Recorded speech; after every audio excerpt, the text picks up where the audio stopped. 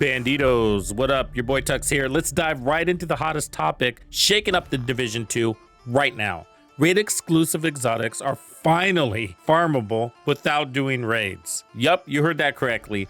Gear like the Eagle Bearer, Ouroboros, Regulus, and Ravenous is now within reach, and you don't need to tackle a single raid or incursion to get them. There's even more exotics that you can get than that, but those are the big ones, right? This is a huge deal because the devs have never done this before in the game's entire history, and I've been here since the beginning. So if you're a new player or if you haven't done those raids, boy oh boy. So for years, these powerful exotics were locked behind challenging raids requiring a full squad, but now it's open season for everyone. Okay, we're gonna break all of this down, everything you need to know. Let's do this. Wait, did we just become best friends? So nice to meet you. I think you're cool. Piece of shit wristwatch. This is a brand new event. It's called Stretch Goals. This is give you what you need to know. So from May 6th to May 27th, the new Stretch Goals event ties into your season pass. So you can access it by going into your menu, Burden of Truth, and then it's right here where your season pass is. So basically it extends it because it normally goes to level 100. And now they're making it so that you can recycle or go through these same 10 levels over and over and over again, letting you keep earning rewards even after hitting tier 100. Once you reach tier 110, it loops back to tier 101, so you're farming caches. And those raid exclusive exotics are part of the loot pool you can farm just by playing, so RNG is still gonna be there. So these aren't just rumors, the devs themselves did say this in the patch notes. So this change flips the script on how we've been chasing this gear, making it a total game changer for those that don't have them or for any other upcoming exotics that are hard to get. Reading between the lines from how they wrote their patch notes, it seems that this limited time stretch goals event will be something that they're adding to every season. I think it's a pretty good idea. So if you don't have a raid team, no problem. Just grind it out and snag these beasts for yourself. It's that simple. And it's only here for a limited time. So please take advantage so I can start making these builds. I've had the Regulus since basically day one. I've had the Eagle Bearer since I don't know how many years ago.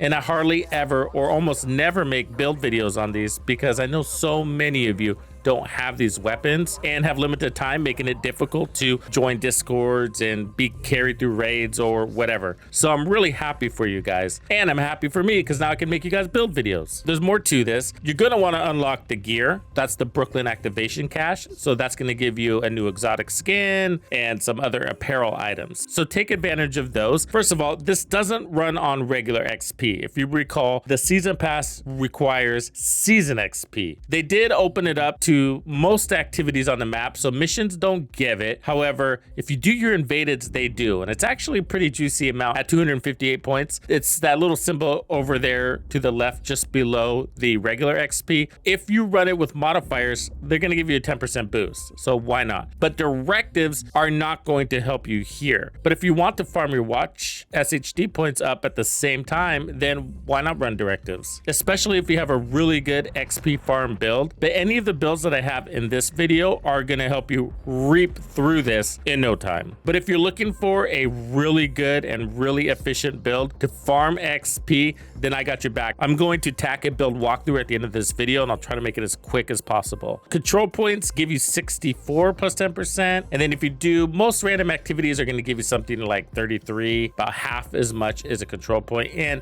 these do go relatively fast. I can do a control point in about 3 minutes. You can do one of these in less than a minute, one of these public executions. So these are pretty fast and probably much more worth it if you don't mind all the fast traveling around the map to find them. You know, at 47 to get that and then 64 to get that, this is probably more worth your time. Super fast to do. Don't worry about the bounties afterwards. Control points, if you got a really good build, you can do them in about 3 to 5 minutes, give or take. And you're also getting a bunch of other loot. For example, I just completed this one here, and when I open up the cache, I got an exotic component. There's a chance of getting those every time you open up those caches. So it's nice to mix and match. Okay, before we go further on that, I want you to realize there is an event. It's active. There's nothing you have to do. You just have to play and take advantage of it. It's going to run for the duration of this week. So it's Tuesday, May 6th when I'm recording this. So one of the best ways to do this is through priority objectives. I personally prefer the open world ones because they're really fast.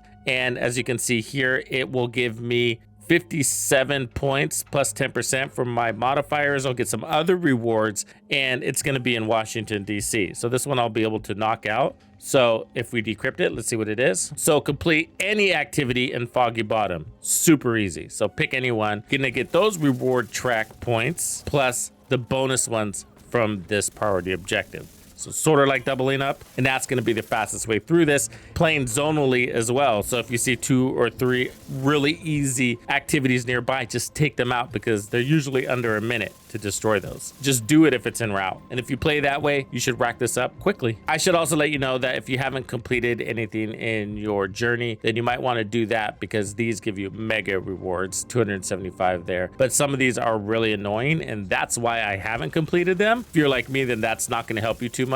But if you have some easy ones, then I recommend taking those down. Or if you haven't completed your journey, then just pursue that while you're doing the other activities I've recommended. Okay, so if you feel like being extremely efficient and farming up your SHD watch points while you're farming XP for your rewards track, then this is a really good build to do it with. And it's way overpowered, so you have lots of wiggle room to add armor, or if you don't have the chest and backpack in a place where you can add red cores, feel free to add more armor here. It's crazy overpowered, but I just didn't really need anything else, so I left it all red. This is a one-shot 2-kill sort of shoot and scoot sniper build. You can pretty much play out of cover. Now I'm using the hand basket, but you don't have to use this one. It's just sort of the latest and greatest. It's a recent drop, but use the SR1. If you don't have this one, use the White Death. It doesn't really matter. If you're anywhere around 1 million total damage,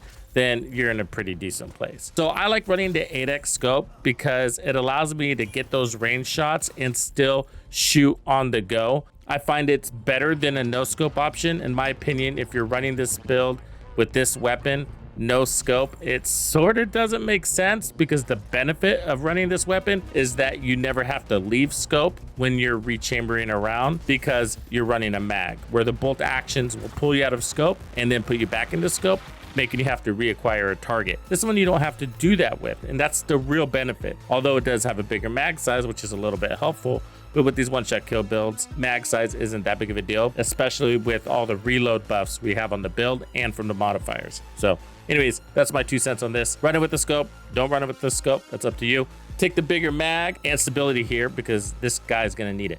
So I have no expertise on mine. Crit damage apparently on it. I'd rather have damage to targets out of cover there, but I'm waiting for a better one so I can run expertise. Be sure to put on determined. This allows everything to be a headshot, even body shots, big toe shots, weak point shots, whatever. They're all gonna be counted as headshots. All you have to do is get a kill, usually your first kill obviously, with a headshot. In other builds out there, you're gonna struggle to get that first headshot kill with this weapon because it's gonna be underpowered because of the knees, but this build, I have a fix for that. So your first shot on an elite in heroic is going to be a headshot kill. Now that's solo. I haven't tested this in group, but I think in group you can too. I think this is way over the scaling for heroic elites. The damage is putting out. I'll show you the damage numbers here in a minute.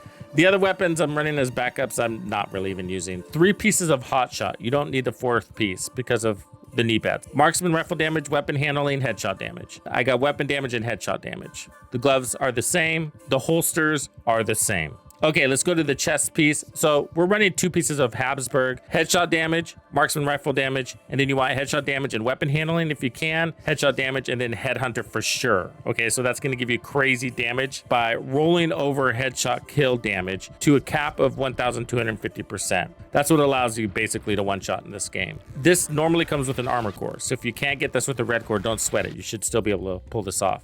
The backpack, basically the same, and I'm running vigilance. You don't have to run vigilance, but it makes it all like worry-free here. This really only matters when you're acquiring that first shot. After that, it doesn't really matter. I didn't really need bonus armor or anything like that because we're just killing too fast. It's all about your time to kill here. That's where all of your survivability is coming from. Notice I don't even have any armor on kill or anything like that. These knee pads, these are special. They're the turmoils. Do you need the turmoils? No, but this is giving you one shot, 2 kill capabilities. The downside of this is that it's gonna diminish the damage out of your first shot if there are other dudes around within 30 meters, which there usually is. And so it's basically gonna cut it in half. And that's going to make it really hard to get that first shot kill. You're going to stir up the bee's nest and everybody's going to be shooting at you and it's going to take multiple shots. You'll eventually get it. And then you're just slaying like a monster. Okay, but we're going to skip the hassle because of the way I have this configured. I'll show you that in 1 second. So there's no downside to running this. It is just straight up 1 shot,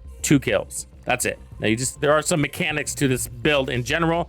If you follow those mechanics, you'll be in a good place. I'll teach you those. Otherwise, you can't modify this right now, so it's got crits, whatever. Now, if you don't have those knees, just go ahead and run a 4th piece of hot shot. You don't need those knees for this to work. As a matter of fact, if you don't run those knees, you'll basically be getting more damage out of your first couple of shots. But obviously, 1 shot, 2 kills holds a lot of value. On the modifiers, none of the passives matter, but overdrive does. Whatever, I'm just running random stuff here, guys. Like literally just nothing makes sense for this headshot build, right? So go with whatever there, but you do need this overdrive. Okay, now I'm running the tactician drone because that's going to give us more amplified damage to targets when we are at tier 5 or full momentum. But more importantly, it's going to help us maintain our momentum. And more importantly, it's going to give us crowd control. Again, why we don't need any armor on kill or regen or anything like that. So that plus we're killing really fast. You don't want to deploy that until you have activated Determined and Headhunter. Because if they're on fire, it's going to be very hard for you to get that headshot. Once you have Determined activated, you don't care if they're on fire because you're going to be able to shoot them in the chest. This is the clutch piece for the build. The Achilles pulse. What it's going to do on overcharge is highlight all of the zones on the body, and you're going to go for the head. So you're going to get your headshot damage plus the boost from the Achilles pulse, which is basically going to double your output. So your first shot out of cover will kill an elite, and it will kill another elite, and it's going to peek out your headhunter cap. Yeah, it's that good. If you're new to the game and you haven't done the Fei Lao mission, the manhunt, you don't have the Achilles pulse, then don't sweat it. You don't need it. It's basically a counter to the downside of the turmoil knee pads, which is slowing down your opening shots or decreasing the damage from your opening shots. So if you're not running the turmoils, then you don't necessarily have to run this. You can go with a decoy or a hive. 296% headshot damage, and our stability is at 150% with 30% weapon handling. That's the XP farm build. Okay, here are the mechanics real quick. So assuming you're running all 5 directives, ammo is going to be an issue right when you step out into the open world. So if you're running sharpshooter like we are, as long as you're in cover, you're going to generate ammo for your sniper. So stay in cover for a few moments until you get some ammo. Stick around until you get 10 or 15 rounds just to be safe, and then go out there and fight. That way you don't have to use your pistol to activate the pistolero ammo drops, because that's just annoying. Also, you don't want to kick off the fight in the very beginning. This is only an issue usually when you first go out there in the open world for the day. But you don't want to kick off the fight until your active modifier comes off of cooldown. When you first start, it's going to have a 50-second cooldown. So just wait for that to come off. And while you're waiting, you're going to be earning that ammo. As soon as it does, what you're going to want to do is activate that and then shoot somebody in the head, and you should be good to go. All right, get out there. Farm it up, Bandidos. Let me know what you guys think about this event. Pretty game changer. Thank you for hanging out with me. I'm Tuxedo Bandido, and if you found this video helpful, be sure to hit the like, subscribe, and turn on your notifications so you don't miss out on the good stuff I have coming for you. And if you like content like this, be sure to check out the video I have recommended for you right here. If you have anything you would like me to cover, be sure to let me know in the comments below. And thank you to all the channel members and donors who make things possible. Tux Nation wouldn't be the same without you. When you buy a game from Ubisoft, enter the creator code Tuxedo Bandido to support the channel. Easy peasy. Wait, did we just become best friends?